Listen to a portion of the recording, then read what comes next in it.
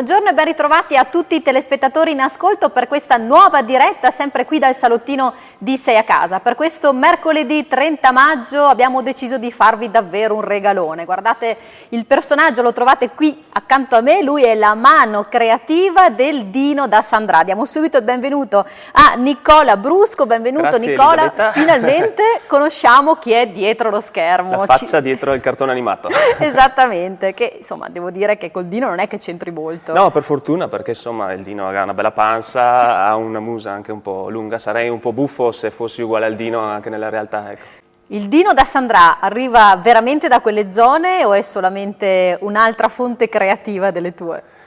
E il Dino da Sandrà, lui è da Sandrà perché se gli dici che è da Cavaillon si offende. Io personalmente sono originario di Cavaillon veronese, poi mi sono trasferito a Padova, poi sono tornato a Verona. Però diciamo il Sandrà mi è nel cuore proprio perché ho creato il personaggio del Dino da Sandrà, che credo di averlo sentito da piccolo. Ara che non te faccia come il Dino da Sandrà, sta attento, che ti fai la fine del Dino da Sandrà. È rimasto nel tuo immaginario. Esatto. Allora. Il web, che eccolo qui, sì, lo vediamo, lo conoscono qui. tutti, sai, credo che sì. in realtà tutti quelli in ascolto conoscano almeno qualche episodio. Noi siamo addirittura pronti a vederne qualcuno perché ovviamente le immagini che scorrono rappresentano dei disegni diciamo molto semplici, lineari, però c'è un grande studio dietro e soprattutto le parole del Dino non arrivano a caso, di questo sono convinta. C'è una grande preparazione soprattutto nella storia della nascita del Veneto. Sì. Questa è un'iniziativa realizzata con il Consiglio regionale del Veneto, quindi il Dino si è trasformato da personaggio che sta al bar, parla e ciaccola del più e del meno, a diciamo, un portatore di cultura all'interno del Veneto. Io sono molto contento perché... Con un linguaggio davvero che piace a tutti, ma secondo te qual è il vero segreto che lo fa piacere davvero in maniera trasversale a tutti quelli che lo guardano? Credo che sia sempre il fenomeno dell'immedesimazione, nel senso se io vedo un personaggio e mi immedesimo e mi sento un po' come lui, perché tutti alla fine, la maggior parte insomma, di veronesi si sentono un po' Dino, frequentano il bar, che piace la pearà, che piace quell'altra roba che insomma è importante nella vita di tutti noi, il galamorosa che rompe le scatole, oppure hanno l'amico omino timido, oppure sono loro l'omino timido, quindi magari uno si identifica invece nell'omino timido perché si sente un po' a disagio in certe situazioni, infatti l'omino timido è anche lui una parte della mia personalità. E questa identificazione col fatto poi che fa ridere, che è veronese, non è nostro, è l'embrao butel, perché bisogna dire anche quello, non è l'imbriagone da bar che fa cose. Rispecchia davvero quella che sono le nostre tradizioni, il nostro modo di essere. Vediamo con le parole del Dino la storia del grande Veneto, con le parole come solo lui è capace di raccontarci.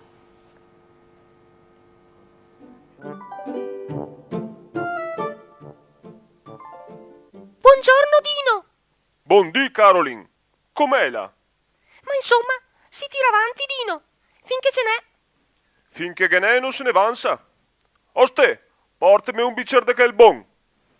Sono contento perché con questo DVD abbiamo visto che il Dino può parlare anche ai bambini, qui il linguaggio è abbastanza semplice, è su diversi livelli perché se uno poi vuole veramente informarsi della storia del Veneto, se la studia, parte da questo per sapere, però si può far vedere ai bambini e fargli conoscere le tradizioni venete, insomma farli sentire orgogliosi di essere veneti, che secondo me è importante. Il Dino è davvero uno di noi, continuerà a parlarci, a farci divertire in questa mattinata insieme, ci ritroviamo fra pochissimi istanti.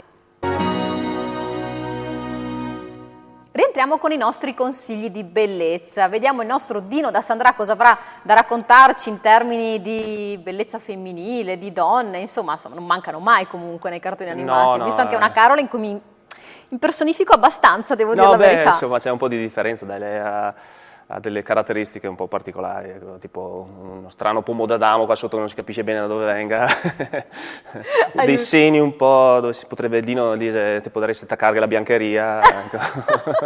Vediamo un po'. Torniamo a parlare di quel fenomeno di costume chiamato Dino da Sandrà. Siamo qui in compagnia con il suo creatore, il suo papà, che lo vedete giovanissimo, è Nicola Brusco, un ingegnere informatico che per passione si dedica molto a queste creazioni che davvero impazzano sul web soprattutto. Sai Elisabetta, c'è il Dino prima che mi ha chiesto se poteva dire una cosa, perché ha visto quel piccolo servizio sul Total Look, mi ha chiesto se può dire, sì, lei è una bella roba, fa ste robe chi per le donne, perché al mancano in mia tutti dei cadenassi come la Caroline, le ven fuori anche fatte bene, anzi la Caroline la avrebbe bisogno di una messa a punto, di una revisione dalla Marsia che ho visto prima. Però secondo me una donna bisogna anche tenere come lei, perché come dice il proverbio ci vuole musso e femmina senza difetto, non gavarà mai musso in stalla e donna in letto. Ecco, questo è quello che direbbe il Dino. Dino, se posso permettermi, non sarebbe ora che tu imparassi a parlare l'italiano invece che in dialetto? Dialetto? C'è che parla in dialetto? Tu, Dino. Ma che dialetto? La mia è la variante della lingua che da secoli de storia alle spalle. Variante de Sandrà, ovviamente. Ah sì, certo, come no? E noi siamo i discendenti degli Highlander cimbri di Fosse Corrubbio e per sconfiggerci dovranno tagliarci la testa con una roncola. Ascolta, un metto timido e anche un po' ignorante. L'ha avuto saper la storia del Veneto, la storia dei Veneti quando lei scomensia. E ogni tanto le faccio fare qualche voce perché è divertente anche questo. Ma parliamo di un aspetto inedito del Dino da Sandrà, parliamo di beneficenza e di solidarietà, perché spesso il Dino è occasione appunto per raccogliere fondi che vanno a destinarsi ad associazioni di volontariato anche del nostro territorio. Cosa è stato fatto negli anni scorsi? È una bella iniziativa, siamo molto orgogliosi.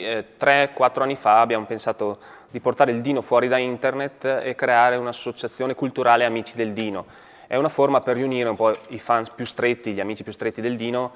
Ho degli amici che collaborano in questo, abbiamo fatto delle iniziative enogastronomiche, delle serate insieme. E una volta che si è raggiunta questa massa critica abbiamo pensato questa associazione non è a scopo di lucro, perché non fare beneficenza?